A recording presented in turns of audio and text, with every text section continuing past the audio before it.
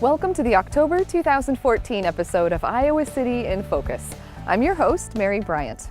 Well, fall is in full swing, and the trees are displaying a broad array of autumnal foliage. The smells of cider and pumpkin spice lattes are in the air, and area lederhosen have been dusted off for their annual outing to Oktoberfest. On this month's episode, I'll take you to this year's Northside Oktoberfest for a glimpse of the fun that was had by adults and kids.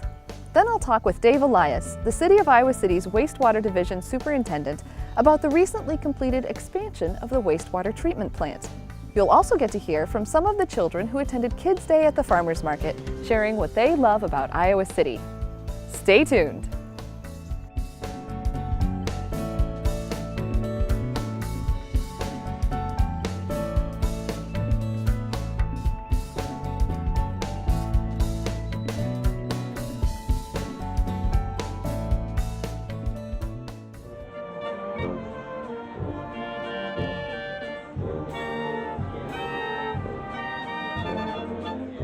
This year marked the Iowa City Downtown District's 4th annual Northside Oktoberfest, a family-friendly celebration that includes the long-running Iowa City Brewfest, along with SodaFest and lots of activities for everyone to enjoy.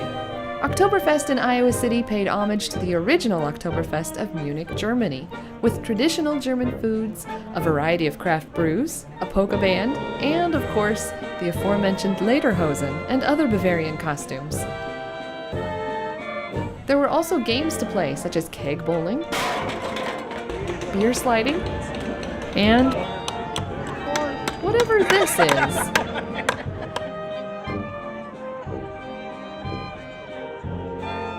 Kids enjoyed specialty sodas, a rock climbing wall, hair braiding, balloon creatures, and many other activities and entertainment, including a mini dance marathon performed by University of Iowa students.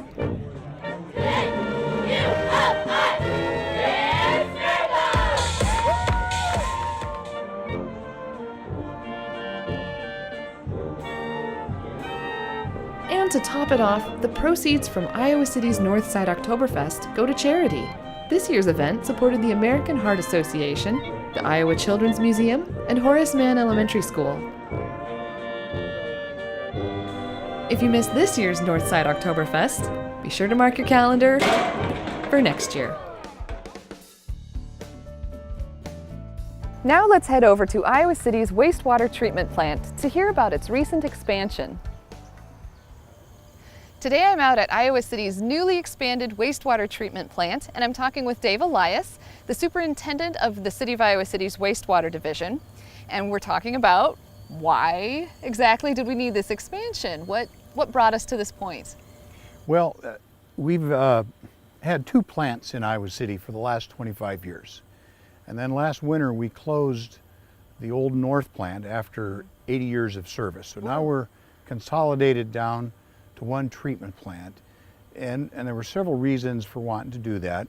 First, over the years, there have been a lot of new regulations that have come in, environmental regulations, safety regulations, and so new regulations necessitate new technology, and we were pretty limited in our ability to apply that at the North plant. So the city's been moving facilities towards the South plant over these last 25 years. So this is actually the second expansion of the original South plant. The South plant went in originally, started up in 1990, 2002.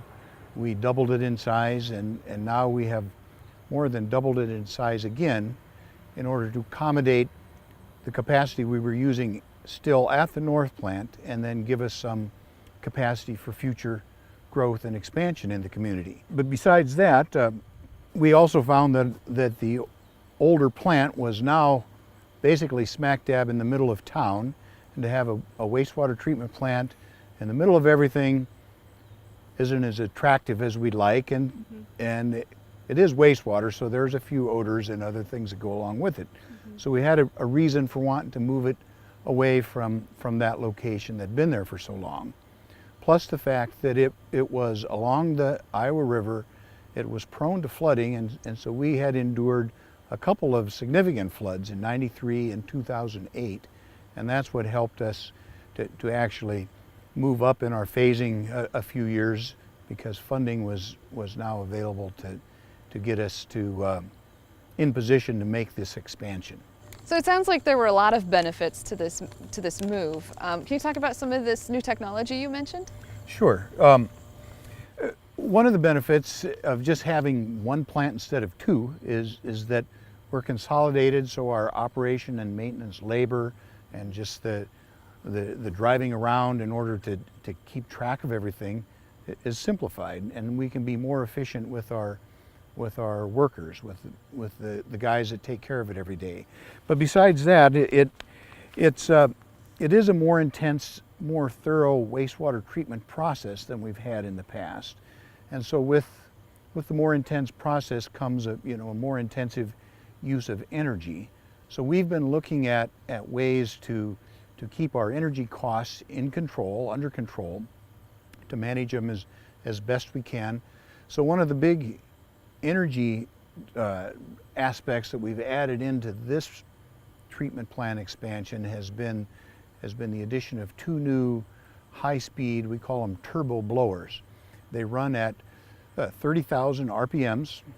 It's a very powerful machine, 275 horsepower, but these machines have a wider operating range than our older blowers, so that where we could have to turn on two blowers when we only needed 1.5, now we can kind of fit that slot better and make a more efficient use of the power that we are having a need for.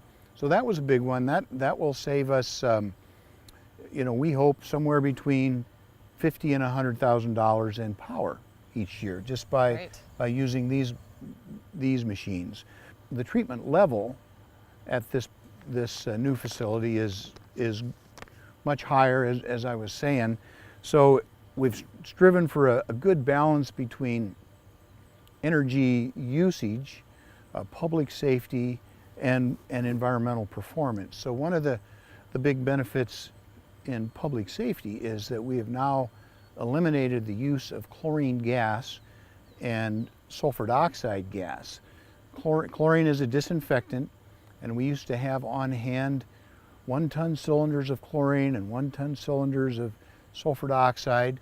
We could have 10 to 20 tons of these hazardous gases on site, and if something would have ever happened to one of those, we were looking at an evacuation area with a radius of 5 miles. So it could have had a big impact on the city. Mm-hmm. We never had a problem with that, fortunately. Mm-hmm. But that has all been eliminated now, and we're disinfecting with ultraviolet light. It's more intensive in energy use, but it is so much safer, not only for the workers, also for the environment, and also for the public at large. We don't have that worry anymore about evacuating because of a hazardous gas spill, a cloud. Wow, great technology. Yeah. And then the environmental performance of the facilities has been stepped up considerably too. And the state of Iowa is working now with a nutrient reduction strategy that has an impact on the waters in Iowa, all the way through the Mississippi River Valley to the Gulf of Mexico. And people have probably heard about the dead zone in the Gulf of Mexico that is primarily the result of a nutrient load that comes out of Midwest states. And so part of what EPA and DNR and us as cities and the community also want to do our share in trying to moderate those impacts. And so our new facilities are more effective at removing nutrients from the wastewater. Now, municipal wastewater plants aren't the only source of those nutrients. We're in an agricultural state, and there's a lot of fertilizer that contributes to that too. But this plant will eventually be able to remove a certain amount of phosphorus. Certainly, we're already removing nitrogen in the form of ammonia and reducing total nitrate burdens that are going to the river. And we'll continue to look for more efficient ways to do that. So there's a lot of neat things. Another one that we've been doing for a long time is running the anaerobic digestion process.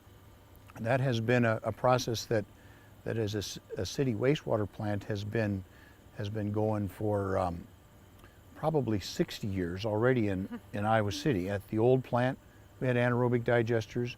Here we have expanded digesters, and we utilize the methane gas generated by those microorganisms to not only heat the process, but also heat some of our buildings.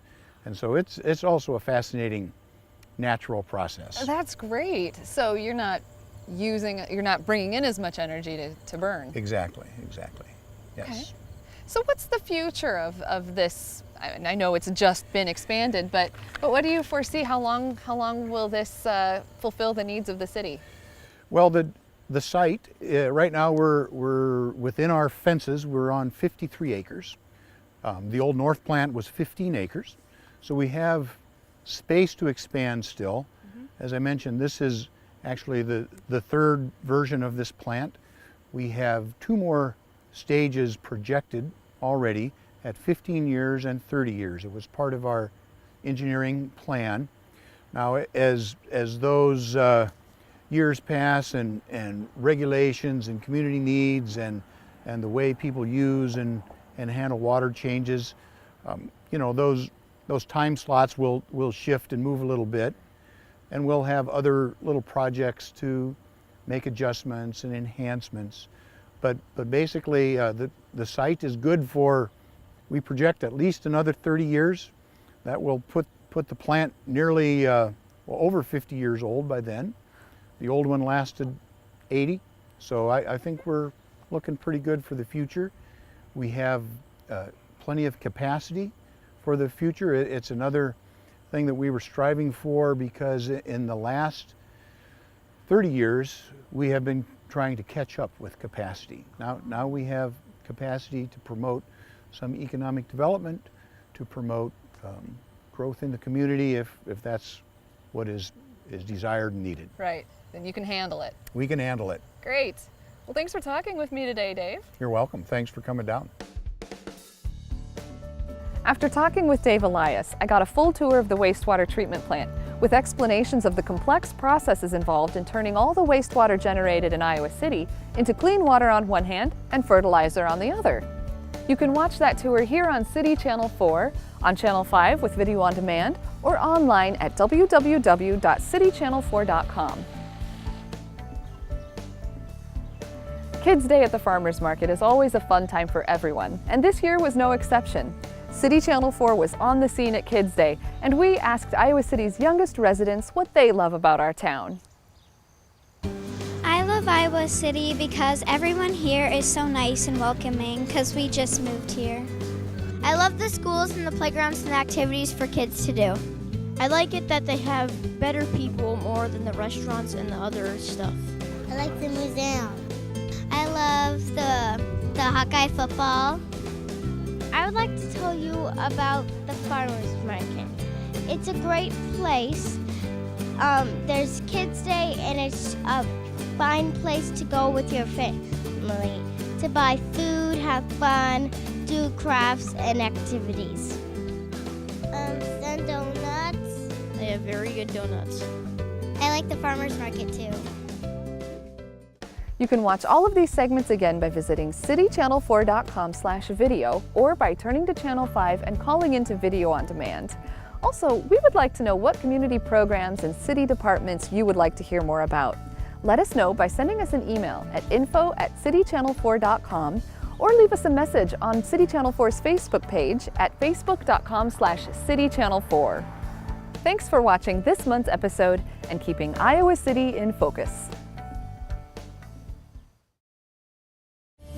You're watching City Channel 4.